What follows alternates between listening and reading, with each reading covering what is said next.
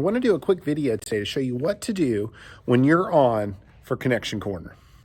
The first thing you want to do is arrive about 10 minutes early to your time at Connection Corner. So that if you're on for the first service, that's going to be 10:35 because we end usually before 10:45.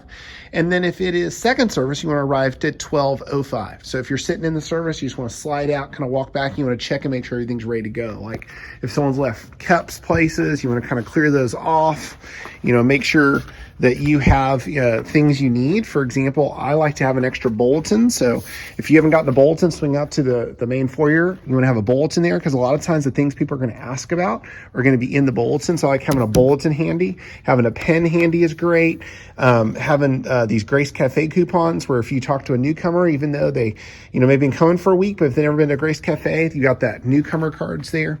I also want to make sure that the light is ready to go. So you come over here and there is a light remote. And at the end of the service, when Gary says Connection Corner, you want to hit that top button. And when you do, the light's going to turn on. So that's how you turn on the light, is that light button right there. At the end of time, if you're on first service, when you leave, you want to turn that light off. And the reason is you don't want that light going during worship. So you want to make sure you've got the remote. You also want to turn on this little computer. You don't want to leave it on all the time because it gives a glow during the service. But if you're back here, we'll turn this on by pressing the bottom right button.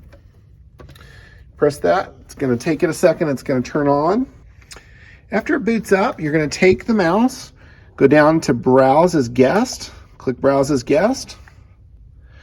And then what I like to do is put this at gracearlington.com. Because a lot of times people are going to want to sign up for something, register for something, ask a question about something. So I like it right there. And that way I can quickly jump to a link where they could get access to information that they may need. So now I'm ready. I've got my computer on. My lights will be off when I'm waiting for Gary to say amen. And I just kind of hang out back here for the last couple minutes of his sermon. And then when he says, hey, before we go today, if you have any questions, come to Connection Corner, I hit that light right on cue. And then I'm also ready to talk to anybody. As people are coming, I'm hanging out right here being friendly. If people come and they have a question about a particular ministry, we've created these ministry cards that you're going to start to see on these shelves. Like here's an example one here, children's ministry, for example. If someone comes back and has an interest, hey, I'd love to get involved in children's ministry, you grab that ministry card. If you flip it over, you're going to see a QR code, which will take them to where they need to go, but also have a link and an email address.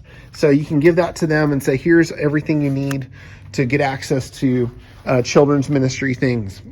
And that's most of what you need to do. If someone comes back and they've, need some extra stuff, you'll see we have some storage in here. You'll be familiar, you've got extra shirts. If someone was a newcomer and brought you their newcomer card, even though they're supposed to go to the welcome area, we got shirts back here. So you've got different things you may need all in these kind of cubby holes. So just familiarize. You got your welcome packets. If you got a newcomer free and first time, you can grab that welcome packet out of there. And you're ready to go to welcome anyone that comes, answer any questions they may have.